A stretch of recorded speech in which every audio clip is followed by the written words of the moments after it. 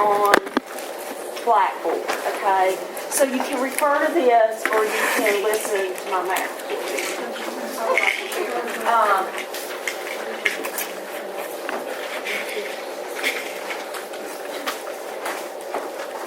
Okay, so essentially that handout was to cover adjustment disorders. And I posted the grief and loss chapter and the suicide chapter, okay? And then I gave you, or you listened to me about ECT, okay? So those are the items that will be on not next week, but the following week. We will finish psych next Wednesday, okay, with suicide. And then that test is that following Wednesday, and it will cover ECT, adjustment disorder, grief and loss, and suicide. Okay? I am going to put the antidepressants medications on this exam because I need to try and balance it out, okay? Because there will be therapeutic communication. And by the way, on your exam yesterday, that's what you missed. Okay, so therapeutic communication.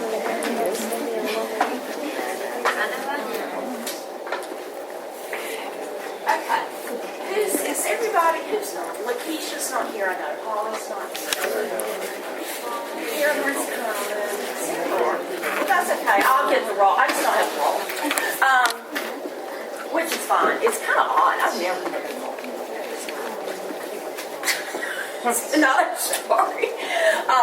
Okay, so what are we talking about here? Okay, you can't separate the topics of adjustment disorder and grief and loss, okay?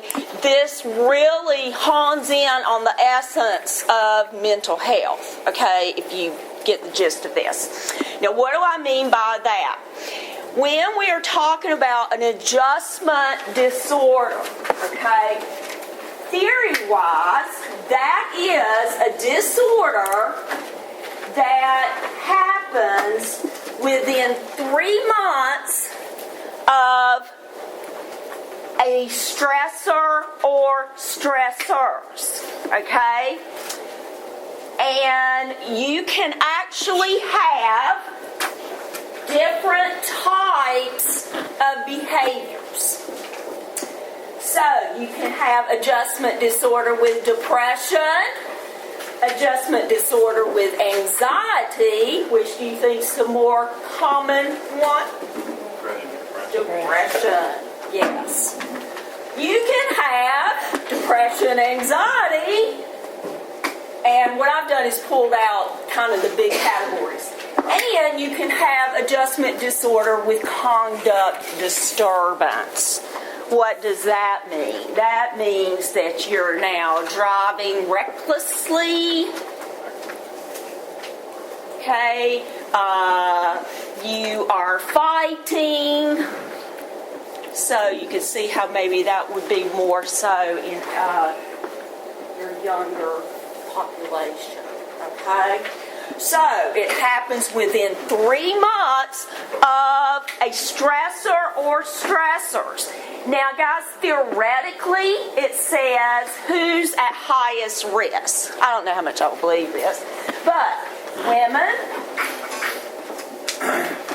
unmarried, and younger people. Do y'all agree with that? You do? Because I have, somebody to talk to and somebody to go through life with you. Those people don't. Okay. All right. Some of you agree, some of you don't. That's fine. That's fine. Theoretically, those are your highest risk factors.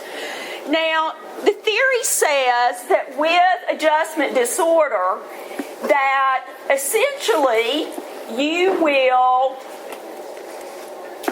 resolve from these symptoms within 6 months, or you have adapted to the change.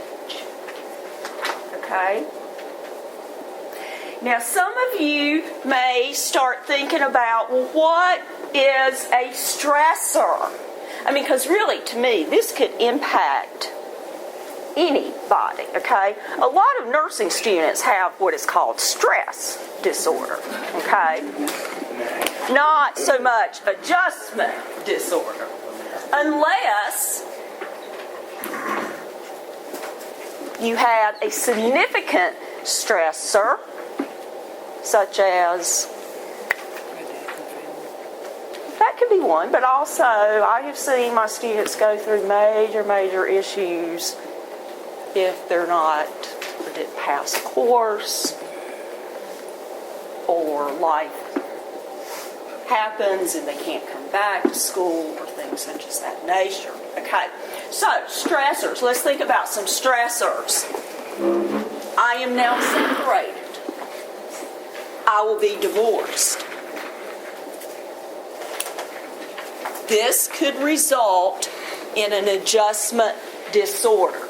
That person could actually experience clinical manifestations of depression, anxiety, or both, or conduct disturbance within 3 months of that initial stressor. Okay? You see how this works? Okay? My boyfriend broke up with me. How many of you have heard about the people that actually committed suicide because a boyfriend or girlfriend left them? Right? You hear about that in the news. Okay? I lost my job. Is that a stressor? So within 3 months of that stressor, did I have depression, anxiety? Both? Now I'm driving recklessly. I'm trying to talk to somebody and all I do is end up arguing, fighting. This is an adjustment disorder. Now, like I said, theoretically, it should resolve within 6 months of the stressor being removed or the person has adapted. Okay? Another one I put up here, I lost my pet. It was 18 years old. Guys, I have worked night shift, so someone can take bereavement because their animal died. Now, some people may think that's ridiculous. If I went home and my guinea pig was dead, I would not be here tomorrow. I would be grieving. Don't look at me funny, Jason.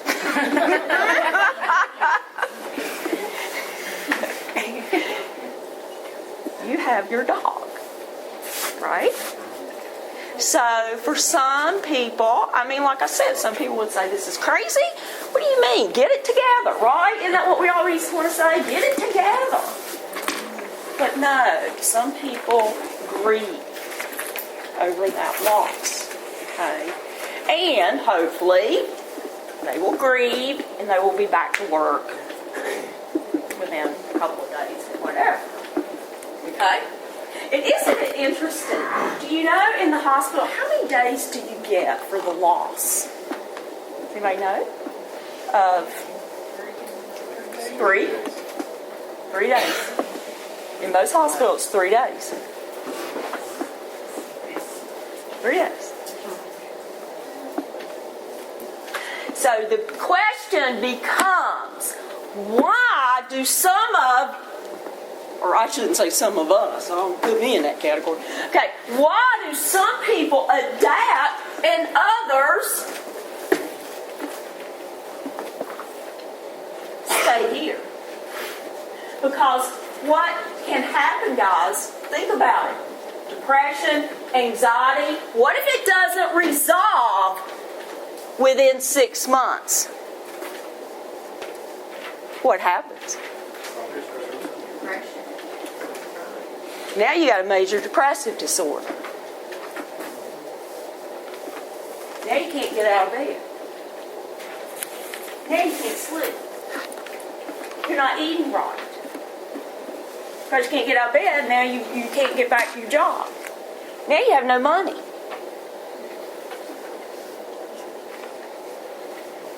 You go to the doctor, they give you some pills. You don't like the pills.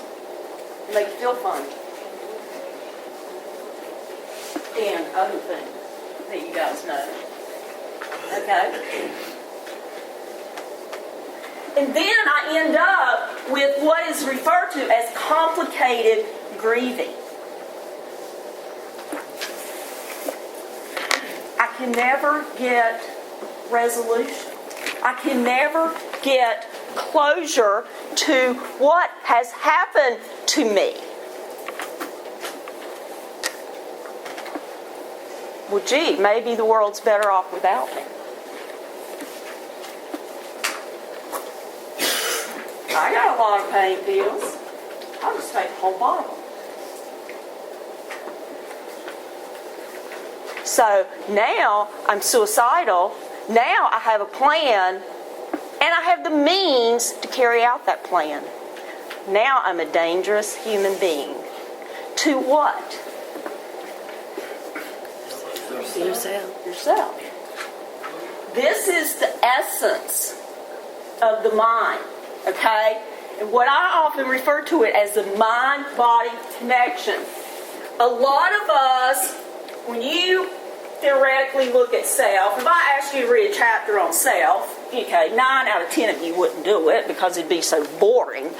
But when you start looking at ourself is a reflection of our body image, of our self-identity. Who am I really? And our self-esteem. Now, are we born happy? Are we born all warm and fuzzy? Huh? You hope so?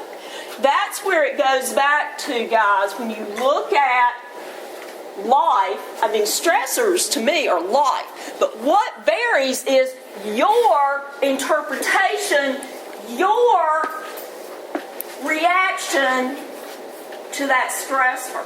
Okay? So if your husband argued all the time, hit you, I may be like, yeah, man, let's get rid of each other. But if I didn't work, if I wouldn't have a home, I wouldn't have a car,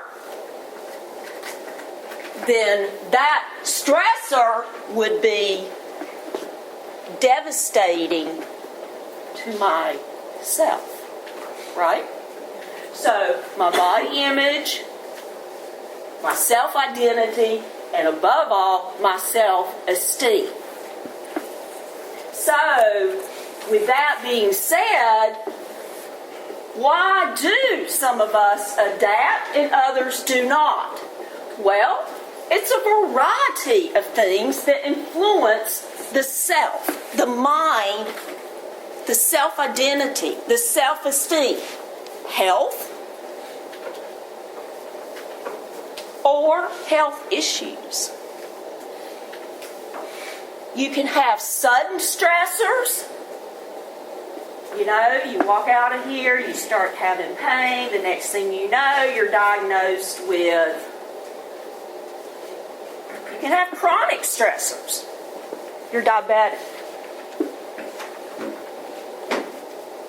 So it depends on, this influences the self, the ability to adapt or not adapt. Why? Why, guys? is health issues a stressor? Yes. Does it take away from the self? Yes. Yes, it does. So, you could have an adjustment disorder. It could resolve within 6 months, and that again is theoretically. Within 6 months, you adapt. Or the self image is no longer adaptable. The self-identity and the self-esteem are no longer adaptable. So therefore,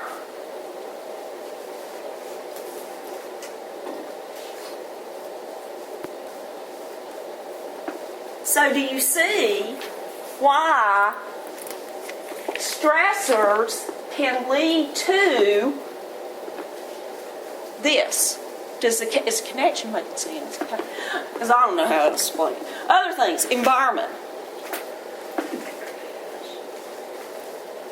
If you grow up in a hostile environment, is that a stressor?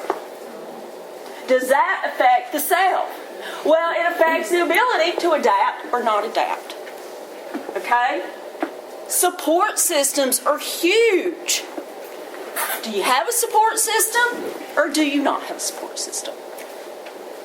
What are previous coping strategies? Do you talk to a friend or do you go on an all-night binge and smoke some weed or whatever makes it go away? Do you have... You don't have to have a lot of money, but you got to live. Or do you have no financial income? Are these stressors? Age? Younger? Did you know suicide has now moved from the 11th leading cause of death to the 10th leading cause of death in the United States? It is the 3rd leading cause of death for ages 15 to 24. Is it going to rise? Why? Why, guys? Why is it going to rise? Why do you think it's going to rise? Okay, there you go. Life. Somebody said it. Life. The economy. Did you know the suicide rate surged when the economy went down the tube? The number of people we see in the ED now for suicide it's filling up our beds, right? So, again, it will probably rise. Why 15 to 24? And I'm not saying it's just that age group. Next week, you'll look at some very frightening statistics. But 15 to 24, do you think this is important? This is important. It's very, very important. Probably more so. Body image. Is that important to me? I'm like now, my daughter will look at me going, what are you doing? So I'm like, is my pants unzipped? Do I have a bra? What did I forget today? Because appearance is so important. I'm one of these people. I get up, I get ready. It's like, okay, I got to be in class. I'll pull clothes out of the closet. I do make sure I'm clean because that is priority to me. And that fulfills myself. Okay? This, but for her, every day. Does this look good? Does this look right? How does this look?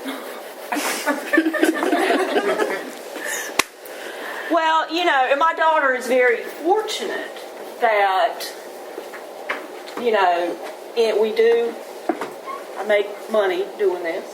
You know, I try to teach her some decent coping. You know, I'm always there for them. Try to make sure our environment's not hostile, it's clean, and I try to make sure she's healthy. So hopefully she doesn't end up in this category. So again, in essence, guys, now if I need to, depression. Now we talked about signs and symptoms of depression. Now with adjustment disorder, theoretically, we're talking about depressed mood, tearful, crying, a sense of hopelessness. Okay, so I'm trying to get you to see the connection, but also trying to get you, that's why I built kind of the ladder here, to see the difference in this versus major depressive disorder. Okay, without just throwing up a PowerPoint saying, here's a vocabulary. Study the vocabulary. That doesn't have impact on you. To have impact, you need to look at how this can affect you. Now, guys, a lot of these people are not going to be the ones in the hospital. These could be more of your surrounding friends, family. And I will tell you, with adjustment disorder, they do not automatically say, pop a pill. Let's take some Zoloft. Let's take some Celexa. That can actually mask what the real issue is. It is your perception of that stressor. Okay? You may have lost your job, and that is now you're having a depressed mood. Within 3 months, you're having a depressed mood. You cry a lot. You can't talk about it. You feel hopeless. Or you have a combination of that. You know, you're nervous, you're jittery.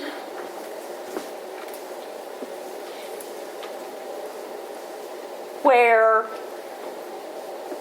I'll do Jennifer since she's on the front row. Jennifer may have lost her job and said, hey, you know, I've got my house, I have my family, I can get another job. That stressor is not going to lead me to here. I will adapt. Where maybe if you're the breadwinner, as we say, of the family, then you can see the difference, because that meant a significant loss. And maybe that person doesn't have the support. Maybe they grew up in an environment where you don't talk about things. We're not going to talk about it. Life is happy. Life is fun. The weather's great. I mean, that exists, guys. Right? Do you know how unhealthy that is? You don't talk about things. Unless it's surface. Okay? So, these things, it just depends on your perception to the stress. Okay? Now, conduct disturbance, I mentioned that one, right? The recklessness, etc. I mentioned the signs and symptoms, the fighting, okay? Medications. Is that going to be the first action? What's the first action? The root of the problem. Huh? The root of the problem. The root of the problem. And in psychiatric mental health, what is one great way to get to the root of the problem? There you go. Identify, not you, because once you see this, it explains a lot about therapeutic communication. Is it about you? Is it about your approval? Is it about your disapproval? Is it? No, it's not. It's about them. Them finding the root of the problem, identifying the reactions to the problem, and identifying other ways to adapt. Talking. Okay? Usually one-on-one talking is one of the most effective ways to work through an adjustment disorder. We don't advocate for meds right away unless it progresses. So when you read or when you look at that handout, you can see why adjustment disorder, well, you'll get over it. You'll be better. But the theory does not downplay the risk for what?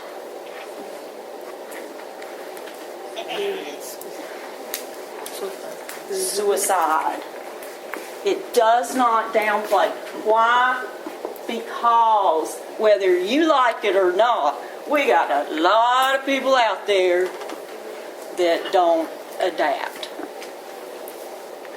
And unfortunately, they end up progressing to a major, severe issue, and life's better off without me. Right? You saw that. You saw that in your patients. And a lot of these men and women, this has had huge impact on the self. And so maybe they had something like this, but they didn't have these to the loss. We had a guy at the VA who finally, nice guy, talked, and talked a lot about his family, so needed support. And he finally said to me, he said, it was watching those women and children being used as bait to lure the enemy. These women and children were strapped with bombs. But because they were women and children, it lured the enemy toward them. He wasn't coping. He wasn't. Even though he had some of these, he really did. He had some of these, he just couldn't get out of this. So, because of that, his family and himself agreed to get more intense therapy. And he wasn't there very long. So, okay, so you can see how uplifting this topic really is. Okay, I can just see it in your face. So,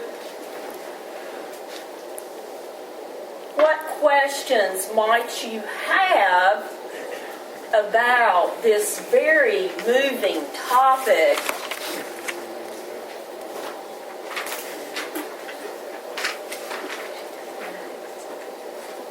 So, do you want to go over the PowerPoint of this very moving topic? Some of y'all are like, I don't think so. The PowerPoint PowerPoint goes into a little bit more detail of some of the other nursing diagnoses, the priority, obviously, is risk for self-directed violence. Risk for other directed violence is a priority, okay?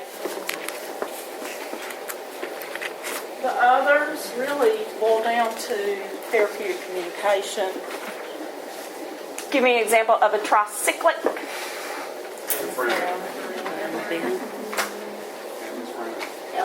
I mentioned Zoloft and Alexa. Good. If you get some old codger, what do you teach them about MAOIs?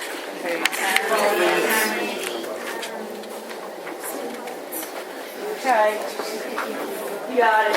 Okay. But, hold on. I am going to run through it just for some, in case somebody, because, every time I don't pull power plant. All right. We don't have to get this. So, we do this real quick break. As we come back to our next very moving topic of grief and loss.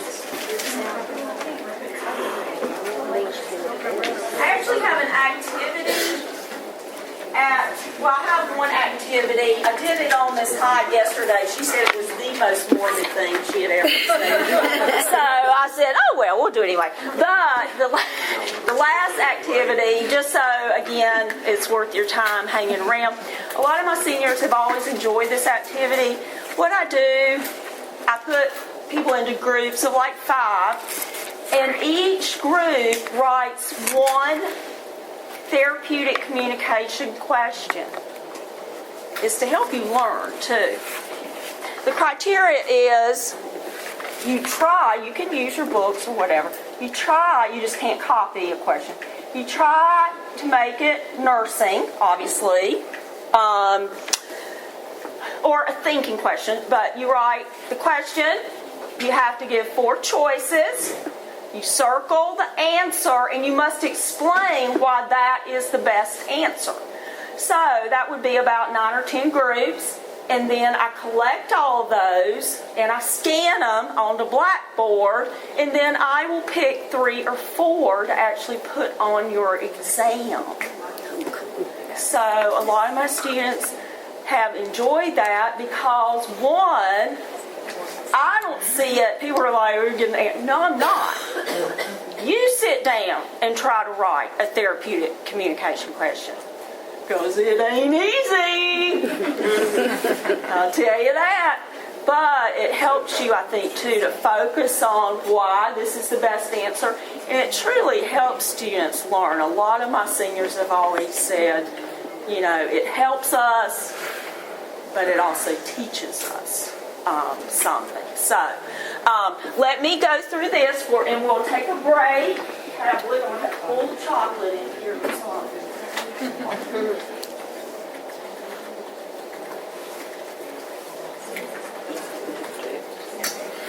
When's fall break? Coming up? Next week.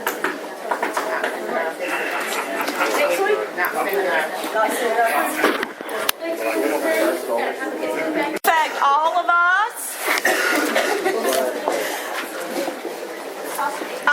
This is.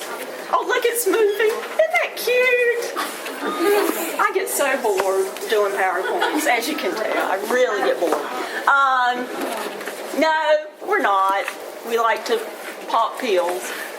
Okay, here's a good question. No, you cannot use this question. Okay, the client's child died in a car accident and the client survived. The client tells the nurse, I should have died. I've always been a failure.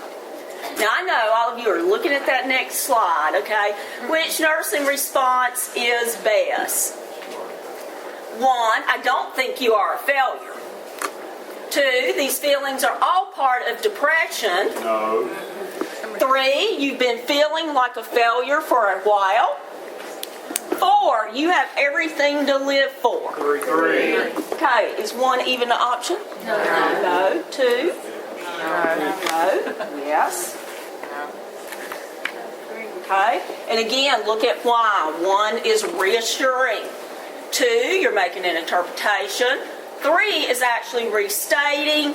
And 4 is good old yes, no. Okay. Yes, no is not applicable with therapeutic communication. And yes, no is applicable with safety.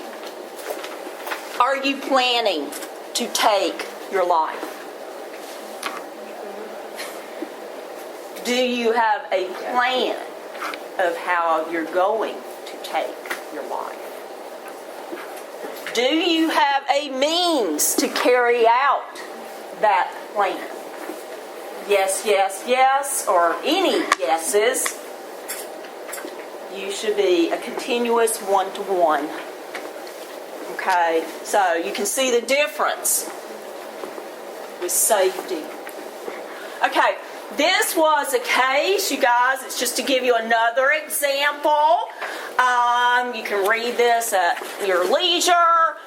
Again, just showing how someone was not coping, not adapting.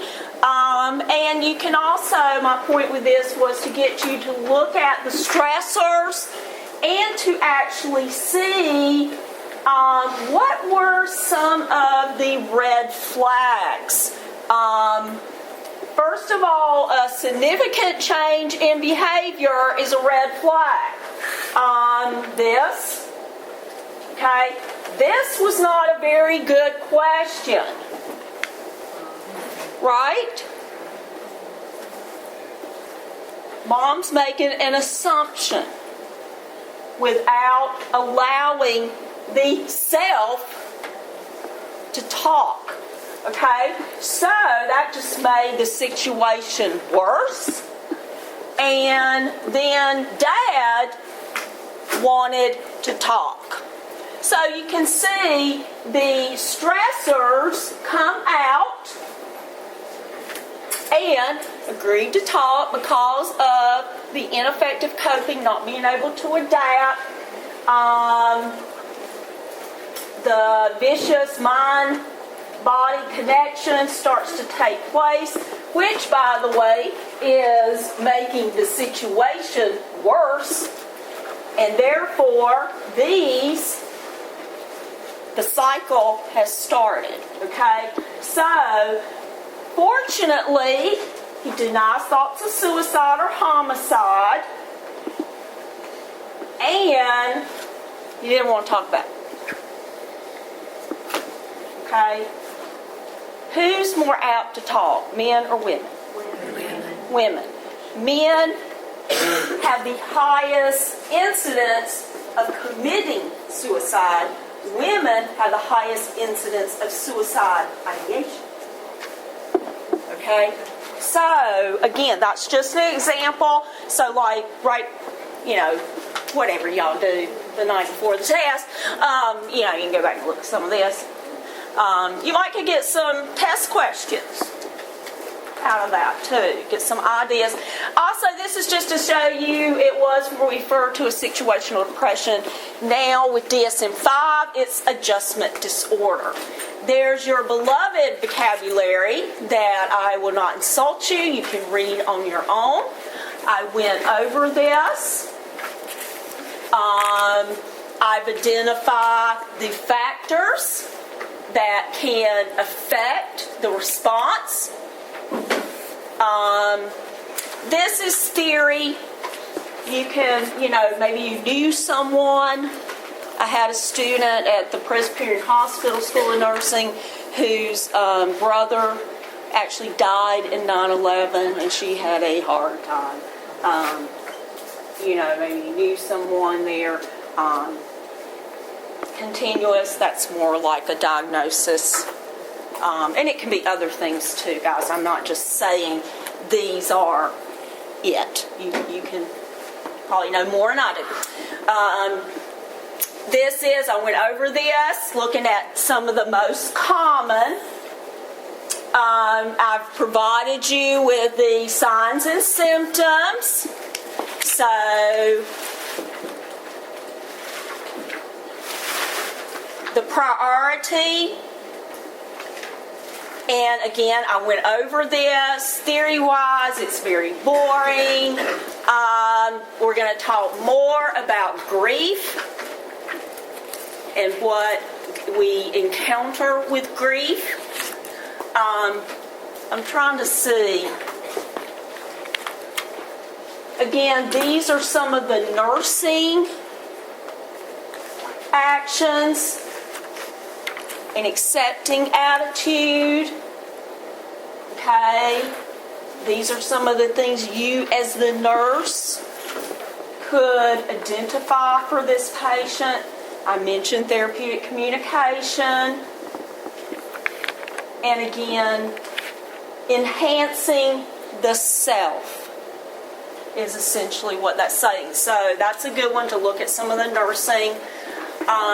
Psychotherapy, again, you're helping the patient or client examine the stressor.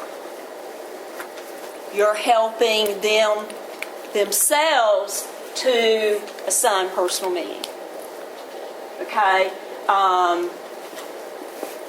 Etc. That's just a cute little slide. You know, and these are some of the more adaptive stress reduction methods. I think a lot of us already are aware of non-adaptive. I did go ahead and put these on here just for review. Again, with adjustment disorder, medication is not the first action. We want to try and look at other things. You guys already have this. Don't spend a lot of time with that. That's just more of looking at across the developmental stages.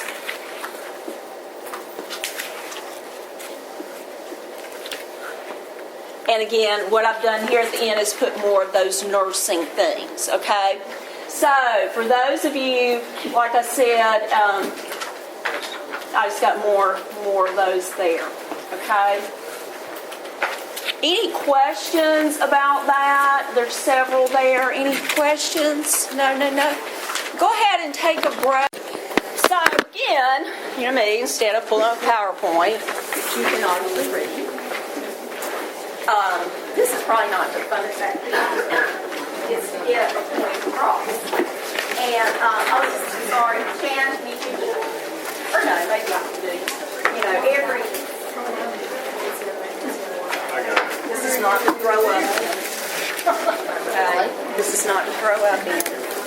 Of us, I've never been to hospice. I told them it's a learning experience for me as much as it is them. So they are looking for the vital sign machine, and the nurse says, "What are you doing? What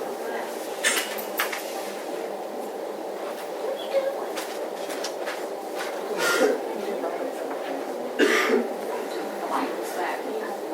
What? How can you devise that?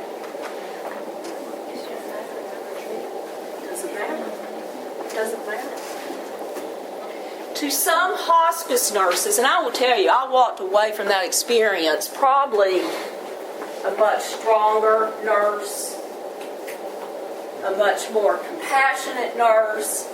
I don't like dealing with this, okay? But you see them go through the grieving process, and a hospice nurse will tell you it is the ultimate holistic caring approach to a hospice nurse. Instead of helping them live, they help them through the grieving process to death. And they see that as the most rewarding experience in their nursing career. Is there anybody in here that thinks about hospice care? I work for hospice. You work for hospice. For last year. And is that something that you intend to pursue as a nursing career? Eventually. Eventually. So this would be your calling, to assist patients through the dying process to death. It's a very family or usually whoever is in their lives approach, helping them through the grieving process, okay? So as you are reading that awful chapter about grief and loss, I want you to think about this activity. As hard as it is, it does have impact on us. It's very morbid, but it's very real, okay? Can you share anything else about the grieving process? Do we all grieve the same? No. Do we all grieve in order? No. And that's the first thing I asked the nurse. I said, you know that cute little waltz thing where, you go down through the stages? And she looked at me and said, Susie, do people's systems fail in order? And I went, no. And she was like, no. Every individual has their own grieving process. Now, with what they call chronic stressors, that can often give patients time to have what is referred to as anticipatory grieving. Actually preparing and moving through the grieving process, okay? Complicated grieving is unresolved grieving. They can be stuck in one stage, two stages, and you try to help them through that process to reach what we refer to as closure. I always think of that show. Anybody watch Ghost Whispers? I always think of those people. They never got closure. They just never got closure, so they're out there. But as you know, that's not how it works. So, is there anything you would like to share since you have been working in that area to help the students understand grief and loss? Well, one of the things we do is we follow the family after the patient has passed. Okay. And usually for at least a year, they keep in touch with the family members and try to help them, assist them as much as possible. And as far as the patient goes, we do a lot of things for them that they wouldn't get at home. Right. For example, we had a patient who she survived long enough to watch her daughter go through the prom and everything. The daughter came in and got dressed there. They had a party for her. And they just tried to make her part of the whole experience. And so one of the things we have to know is, we want the patients to feel like we're a part of the experience and that we're going to assist them as much as possible and make them as comfortable as possible. Because you want them to feel, still have a sense of pride and dignity, even with that. Self-identity, pride, self-esteem, exactly. And what she was saying is they really try to give them experiences to help them through the process that they would not get at home. For example, a daughter came and dressed up, had her prom dress on, and was trying to offer that experience to their dying loved one. They also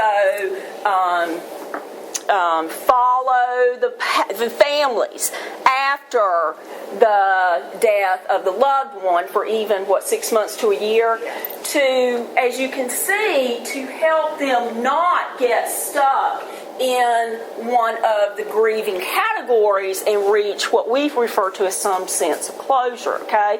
I will tell you, when we do code lab, one of the first things I tell a nursing student is when that person dies, that family becomes your patients.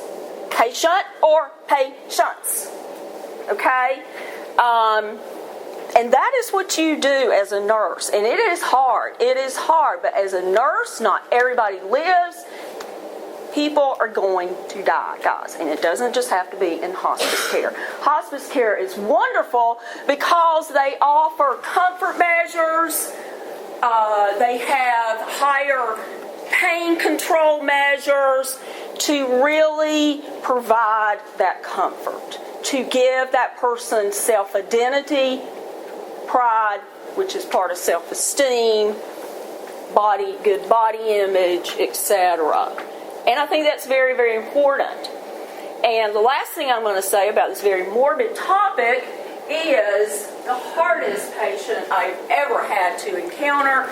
I rarely ever get to a point where I think I'm going to cry, but it was a young mother diagnosed with stage 4 breast cancer. She came in. We had her on the oncology floor. She was terminal. This woman had 2 young children and a husband.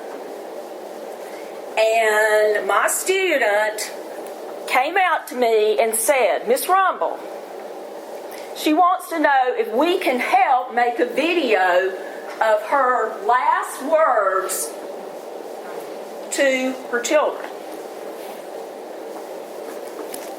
And that was probably the hardest thing I've ever had to do in nursing. It was awful. But grief and loss is a part of us. It is a part of what patients and families go through. And you as a nurse need to develop ways to help them through this process. Anything else? Hi, tell me again, so I don't say it right.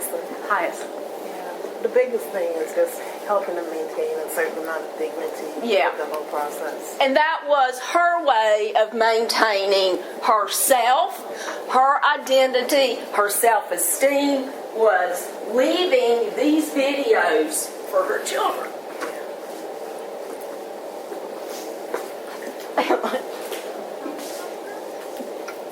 This is really depressing. Let's take a break. We'll come back and get started with, you can review these and again read yourselves. I spent time talking about, again, self-esteem, self-identity. Those are very, very important. These are some of your nursing diagnosis, obviously not in, please note, not in correct order. You guys should already see that. We've already talked about some of the actions. This being the very horrible, morbid subject that we as nurses must learn to handle with patients dying and family members. These just, again, your vocabulary. There are different types of losses, as we already are aware of. This showing your different definitions of grief and mourning and bereavement. And again, how people go through the grieving process is actually varied. There are a lot of circumstances, as we've already talked about, as far as how a person moves through that process of grieving and hopefully will reach some sense of closure or adaptation. These are, I just put these up, these are still, to me, the easiest to pretty much understand as you would be going through a grieving process. And this can occur, guys, not just, as you know, with a dying patient.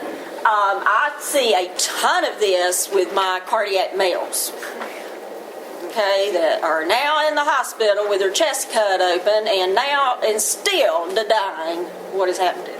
So, we see a lot of denial with not just dying patients, but a lot of our patients that they'll grieve for reasons for another. This is a huge area of nursing now. It's making huge impact in the units, palliative care. We are, I think, in the United States, we consider ourselves one of the big, strong countries as far as medicine. We want to live longer. And I was telling some of the students, there are days I would walk out of the hospital going, God's going to shoot me. Even though I had orders to do things, this is where we start in this, and we could spend a day talking about these ethical dilemmas of when is enough. And I see that all the time in the unit. Again, families that are denying, they're angry, and they do not want to let go. I completely get it. But when enough is enough. These nurses and physicians have helped us greatly in coming in. They spend a lot of time with the families, basically to help them accept the ultimate outcome, which is, this person's not going to get better. And they help them reach that understanding. And our palliative physicians and nurses, they can provide measures that our intensivists, our unit docs cannot do. For example, I'm in there drawing labs, going, this is ridiculous. The patient's pH is 7.15. What are we doing here? There's no urine. This is inhumane. That's solely my opinion in my brain that I'm keeping my mouth shut. And palliative, you can get that consult, advocate, get them in there. They have a wonderful way of taking the time to help not only the staff, but the patients and families to understand that ultimate outcome, and they will discontinue all labs, discontinue all drips. And where before I could give morphine 2 milligrams every 2 hours, I now can give 10 milligrams every so often. They can change those orders. And then you start to feel, or I feel, a sense of relief that this person is no longer in pain and that the families are pulling together to start this journey. So a wonderful service. I have two former students that are palliative care nurses, and that was their destiny from day one. So really, really great service for those of you that may anticipate being interested in end-of-life care. This is huge in the literature. We have made great changes, guys, from my standpoint, of allowing now families to actually come in a code situation to help them see that everything is being done. If the outcome is life, great.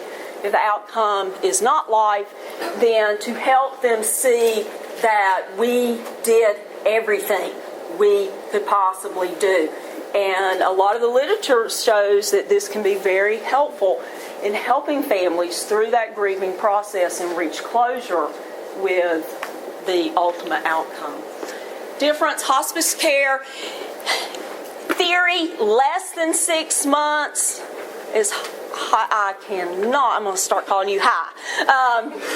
As these patients can live much longer. Whether that be in the hospital or in an outpatient hospice area, or at home, and hospice will come into your home. So theoretically, less than 6 months. That does not mean they're going to die within 6 months by any means. Okay? This is just to, of course, this is all changed now in that all patients are addressed about advanced directives. And it's interesting, I still see a lot, in the computers. No, I don't want any information now.